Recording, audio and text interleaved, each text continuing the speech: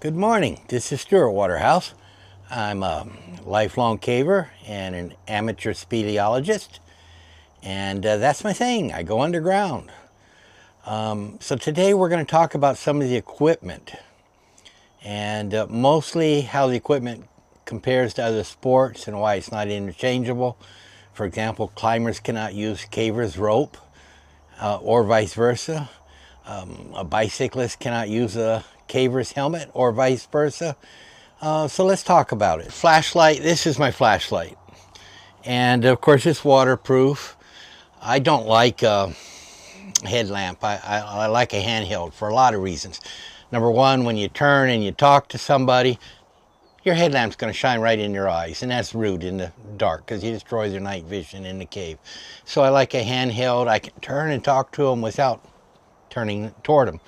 And of course, when I'm crawling, this keeps me, I bang my flashlight against the hard gravel rocks. Some of it could be sharp instead of having to put my hand down. So it gives me a little bit of an easier way to crawl. This one is 18,000 lumens, pretty bright. It's great. But to go in a cave, you need 3 flashlights. Because what am I going to do if this goes out? Well, so I have my backup flashlights. And of course, they're smaller, so it limits how far I can go in the cave, because if this goes out, I want to be able to get all the way out on one flashlight. And of course, as an emergency, these flashlights can be put on low power, so they last a long time, and they'll get me out. And if one of them burns out, then I have the other one. So basically, your ability to how far in you can go time-wise is going to be determined not by how big your primary flashlight is, but how big your secondary flashlight is on low, because assume you'd put it on low. Now, if you're going to use it on high, that really even limits it further. Whereas your primary, you could use on high, because actually I don't. I use it on medium, right? The second thing, carry a knife with you. I've actually saved people's lives by cutting a rope that they were tangled in a cave. It's good to have. I mean, what if okay, let's be ridiculous here, but it's real. What if a rock shifts, your thumb is now trapped between the rock and the cave wall, and you can't get your hand pulled out? You put your feet up there and you tug against, you're going to have to amputate your thumb, right? So yeah, make sure you have a knife. Now let's talk about safety a little bit.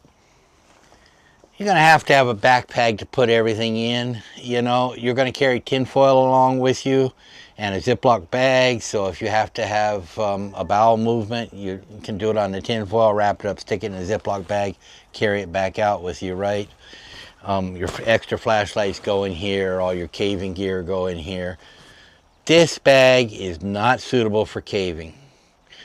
What most people don't realize, any backpack that has a flat bottom is not suitable for caving. You want the backpack to come down until it meets the bottom of the backpack at an angle. You don't want that flat bottom. Why? Well, a lot of people have died mountain climbing, just hiking. I'm not talking about rope climbing. Hiking up in the mountains along ledges and cliffs. And when they come down off a rock, the bottom of this bag behind your back catches on that rock and it will lurch you forward. And you won't be able to stop it. You won't be able to keep your balance. In caves, it's even more risky because there's a lot of rocks we're climbing up and down over. And if it lurches me forward, the drop crevice that it might lurch me into might be very short, 2-3 feet deep. Doesn't have to be much. If it causes me to sprain my ankle, that's a long way out on a sprained ankle. Remember, when you're in the cave, to get rescued, it's going to be very, very difficult. You want to take all precautions. For the same reason, use a bladder for your water that goes in it. Do not use glass. Do not use glass. Because if you fall down, the glass breaks and you get cut and you're deep in a cave, what are you going to do? Okay, it's just, you can't risk it. A bladder, on the other hand, will, if you fall on your back over a cliff or something, it protects your spine, because that bladder would be in here And I have fallen off cliffs, and the bladder of water did make a cushion that protected my spine. So I recommend a bladder backpack for your water, and no square bottoms, but have it taper at the bottom, like a camel backpack, water bladder backpack does. That's what you want. Let's talk about the helmet, okay? Helmet, as you see on mine, I mount it so I can mount my cell phone in here, and then I can take video using the video function on my cell phone. It mounts right there. But you can also mount, you know, your headlamp if you want. A good helmet is going to have these pieces right here that will hold the strap. I can, of course, take the strap totally out, unhook it here. Then I have a good helmet. Now, you need a hard shell on your helmet, okay, because you're going to be scraping up against the ceiling, or a rock might fall, and so if you have a soft shell, you're going to destroy your helmet real quick. You need a hard shell like this one has. This is a Petzl helmet. I recommend the Petzl Boreal for caving. This happens to be the Petzl Meteor, and we'll discuss that here in a moment. But the other thing besides the hard shell is your adjustments in the back. Most helmets have only one adjustment, a little twist knob. You can reach back here and adjust it with one knob. It makes it so much easier, but you don't want it. This has twin adjustments. That removes that adjustment from the center of the back of your head to the side and makes the adjustments flat. Because what happens if you fall backwards and you land on the back of your head? Your helmet with that big adjustment knob is going to crunch right into the base of your skull. Do not use that type of adjustment. Use an adjustment, even though it's harder to do, that is a twin adjustment, okay? So hard shell, no knob adjustment, yeah? Now, the inside of the helmet, the foam, okay? There's different types of helmets. Some the foam is softer and can crunch, and other is hard, so the helmet lasts. And that's why you can't switch helmets from other sports. A bicycle helmet is soft, so when you impact, it can crunch and absorb the impact, okay? A climbing helmet is harder because you want to deflect a falling rock off of you. A soft helmet would actually help catch that rock because it would allow the rock to dig in a little bit, and that then passes on that G-force to your neck. You want to avoid that. So in a climbing helmet, you want it to deflect. You can't use a deflect for riding a bicycle because you can't deflect a 25-mile-an-hour eating the pavement straight in, right? There you need it to crunch to absorb the impact. So it's absorption versus deflection. This helmet is the Petzl Meteor. It actually has both, which means it doesn't do either well, but it does mean I could ride it for my bike because the foam rubber will absorb by crunching. And of course that does mean it's a one-use thing. You throw the helmet away afterwards because it does deform on the inside. And it still has the hard shell for deflection, okay? But this is only a PVC type shell, whereas the Petzl Boreal has an ABS plastic shell, a little bit harder, and the Boreal is a little bit cheaper. But because I am using it for both sports, this is the only helmet made that can be done for both sports. Every other helmet on the market is one or the other. The other thing is, this is extremely lightweight because I hate anything heavy on my head. And by being lightweight, you don't need that MIPS insert, the latest technology, MIPS, for bicycle helmets. What MIPS does is, in an impact, when that hits the road, it allows the helmet to slip on your head without forcing your head to turn. Because when you force your head to turn, you know, all those G-forces are again going into your neck and into your brain. And by allowing the helmet to twist, you save some of that. When you have a lightweight helmet, you don't need it to twist because you don't have the weight of G-forces on your helmet twisting because it's lightweight. There's no leverage weight causing that extra twist. So that's why I like a lightweight. Yeah, let me put my helmet on. There we go. There we go. And the magnet helps make it attach real quick and easy, and then it won't come off. You have to push this thing to come off. But the magnet lines it up so you don't have to see what you're doing. It makes it a little bit easier. And anyway, that's the helmet. Now ropes, just like helmets aren't interchangeable, your rope's not interchangeable. There's 2 or 3 rope brands that are popular for caving. This is Green Line. They also make it under the name Black Line, but it's the same thing. What this rope is a polyester sheath and polyester core. Always use polyester, never nylon. Why? Because nylon absorbs water, polyester does not. And in a cave, sometimes you're in a wet, moist environment. Last thing you want your rope to do is to get wet and then waterlogged. Makes it heavier to carry around, makes it more slippery. You don't want water in your... So use polyester. Polyester don't absorb, okay? Secondly, for caving, we use static ropes. For climbing, they use dynamic ropes. That's why the ropes cannot be interchanged. Okay? Climbers are using the rope as a safety mechanism. So sometimes they have a little extra rope, they don't have it under tension. And if they fall and they've got 2 feet of lead rope, let's say they're 2 feet above their anchor, that would take them down to 2 feet below their anchor. That's a total of 4 feet. And at the bottom of that 4 feet, they want dynamic because they want it to stretch, to absorb the shock. Otherwise, it's going to break their back or whatever it is. They want a dynamic rope. We do not want a dynamic rope in caving. We want a static rope, okay? 0 stretch, no bungee cord. Why? Because we're not using it as a safety, we're using it as an actual tool. In other words, we never have slack in our rope. Climbers always have slack in their rope. We don't, because we are on the rope descending or on the rope ascending, to get out again. It's not a safety line. We're actually using it. It's always under tension when we're caving. So, because without that stretch, our tools going up and down, whether it's a prusik nut or whatever, is just much easier to do.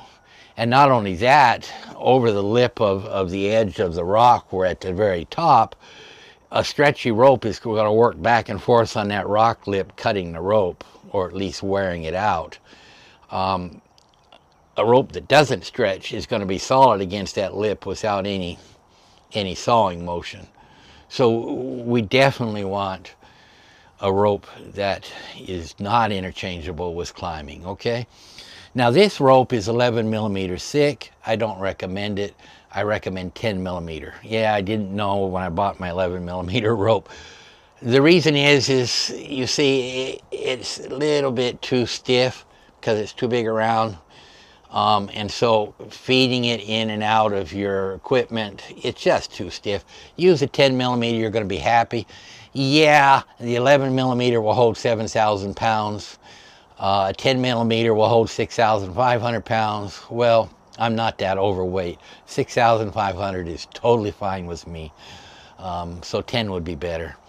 And then, of course, your prusiks, it should be of a smaller diameter. I got 2 different styles here, and I'll show it to you. So if you're using a 10 millimeter rope, I would use an 8 millimeter prusik. If you're using a 9 millimeter rope, you could still use an 8 millimeter prusik, or maybe even go to 7 millimeter prusik. But anyway, so you've got 2 styles of prusiks here. One is like this, and one is a loop. But they're the same thing. The only difference is this one is more versatile because I could tie it to my thing here and then tie it to my prusik up here on the rope so that my prusik is not down here, at waist level. My prusik can be a little bit higher. So I can use it basically as a lead between the prusik and my harness. Whereas this one is kind of hard to use it for that, but it's a little bit easier. So it's personal preference. What you do is you got to make sure it's wrapped 3 times.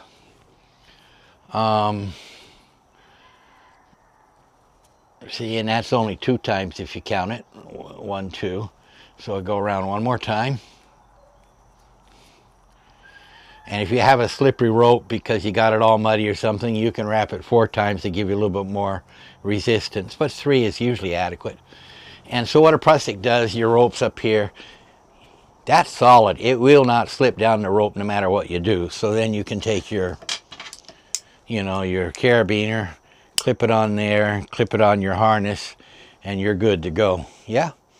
And to make it go down manually, you just push from the top and it goes. Pretty easy. To make it go up, because we're going to be using a prusik to climb back up, you just push from the bottom and it goes up pretty easy, see? So the prusik release is by pushing on the knot, but when you pull from the center where it's fed through in the center, it tightens and restricts.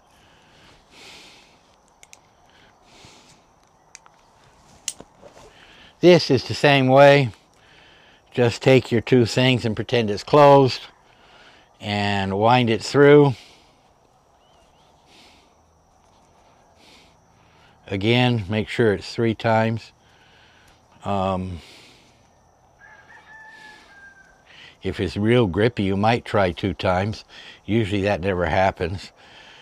Usually it's just maybe you aren't comfortable that 3 is enough and you do 4. The loop might be longer and you could afford to do 4. This one, 3 is it. It's made to exact lengths. But 4 would be very hard to work with. 3 is recommended.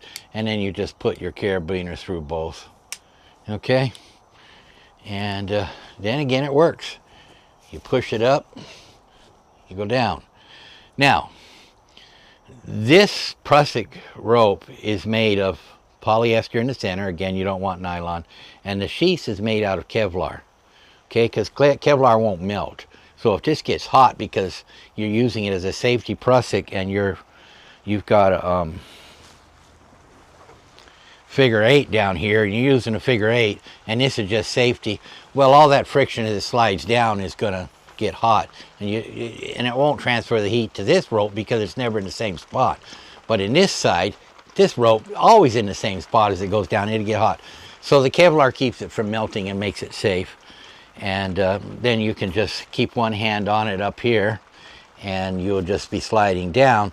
But if a rock hits you in the head and knocks you out, your hand would come off. Or if you just got to stop and pause or whatever, just take your hand off that and then your body weight on that, it will lock up so that you're tied to the rope in 2 points. 1 point with your figure 8 and 1 with your prusik. Now, there are different type of carabiners. You want a locking carabiner. I, was on the edge of a 1,000-foot cliff and I didn't happen to have my locking carabiner, so I cheated and used a regular carabiner. No locking function, as you see. Now, a regular carabiner is great for attaching equipment, to the side of your harness just to let it hang there. But for your life, catching yourself must be locking.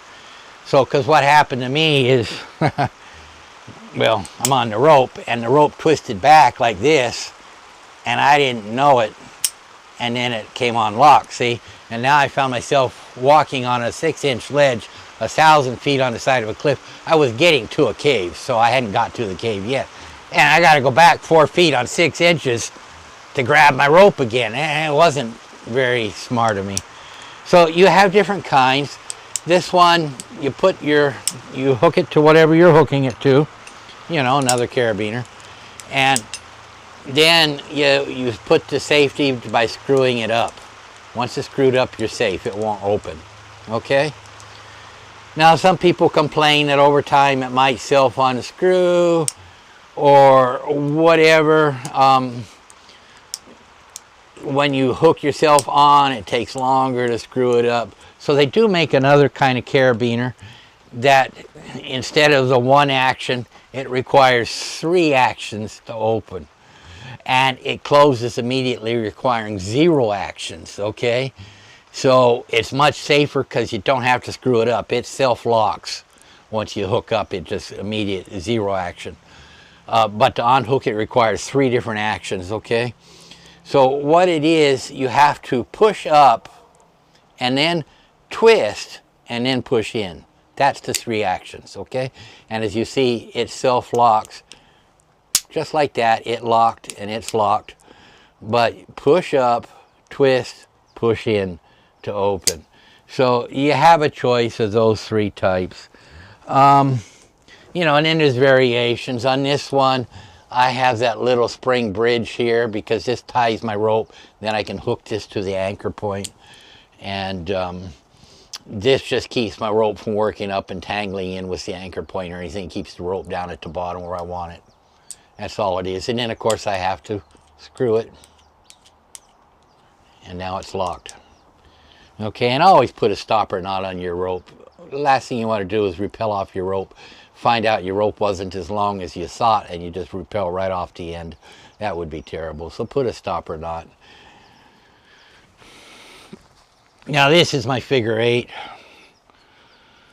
It's kind of a fancy figure 8 because it has some other features to it. But the standard figure 8, your rope goes through it and then down and over. And let's see, the top of your rope is to the top of the cliff, and then this hangs below you.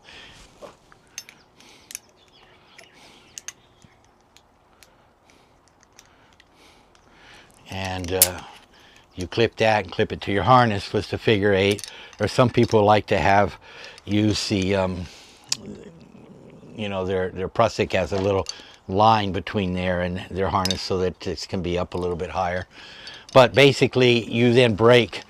Going through the figure 8 causes friction that slows it down, and then you just break by pulling it against your leg or your thigh, your hip, with your right hand. So basically, this is hooked to your harness.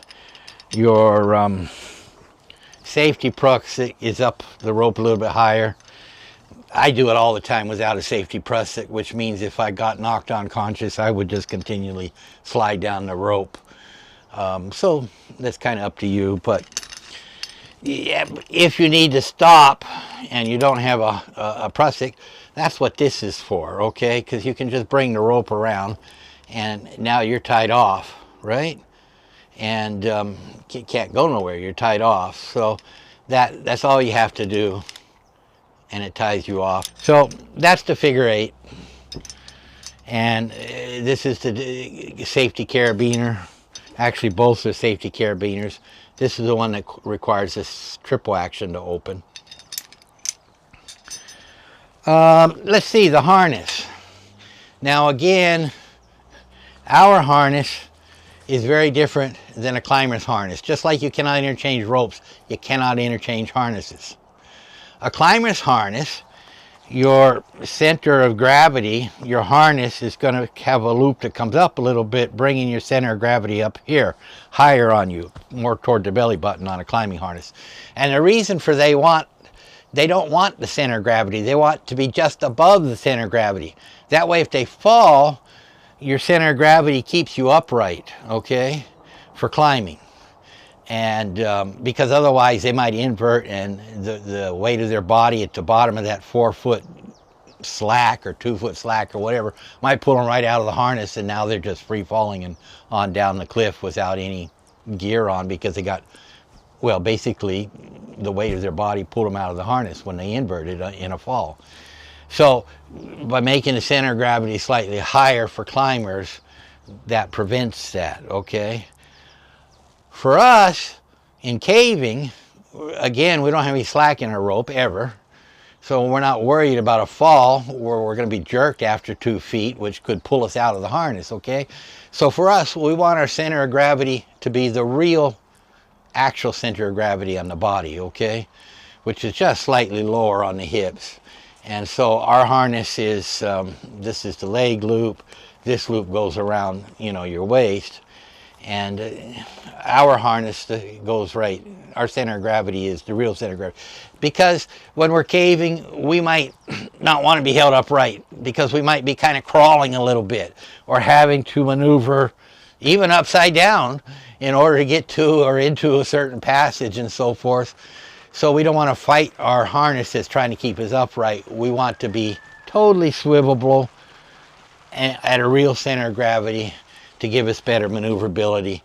And of course, then just one of the signature differences, their harnesses usually don't have a carabiner. It just has a single loop. On the caving harness, we have 2 loops and we hold it together with a carabiner. It has to be a special D-ring carabiner because, well, some people can use 2 of these instead, one this direction and the other one that direction, and that kind of works, but it kind of throws things off a little bit. An actual D is much better, and then we just clip into the D, right? And of course we can remove our harness the same way. This one is not a triple action, it's just a screw open, and it's made by Petzl, and then, you know, we can undo the harness. The red means danger because it means the screw is open, whereas when you close it for safety, you know, when you screw it down, it covers the red, and so that's just a visual reinforcement that you're good. And so that's the difference between the caving harness and the climber's harness. They're not interchangeable because they have different goals. The center of gravity is different. You know, and there is a couple variations of the caving harness. Another one actually makes a loop that goes under your butt, so it sort of supports you instead of just by your legs. It supports your butt as well, so when you're hanging there, it's a little bit more comfortable. I personally don't like it. I like to be a little bit more streamlined, so that's personal preference. So in my next video, and I hope you tune in for part 2, I'm going to actually get on the rope and rappel. Well, I got two videos. I'm going to have a part 2 and a part 3. One, I'm going to rappel into a hot lava tube cave, and by hot I mean an active cave from a recent lava flow, and the steam and the smoke, and it's still going to be coming out, but I've already tested the cave. The air is breathable. Yeah, going into too fresh, there's no air in the cave yet, so you can't breathe it. You go in and you're going to die, right? Or have to have a breathing apparatus. Well, this one is, the lava was a while back, so it's got fresh air sucked in. You know, the hot air, because it did have lava in it and the rocks are still hot, is making air come out, but that's drawing in fresh air from cracks elsewhere going in, and it just makes a circle. So now the air is good to breathe. And then I'm going to take you into another cave, which is the longest lava tube in the world, and I'm going to do a rappel inside the cave, and you'll get to see that too. The longest lava tube in the world is located, about 4 miles from where I live here on the big island of Hawaii. Yeah, the lava tube is 40 miles long, actually a little bit longer than that. And in some places the ceiling is 60 feet, maybe 20 feet wide. It's a big cave. It's about 700 years old, so it's not hot anymore. So stay tuned, subscribe to my channel, and God bless.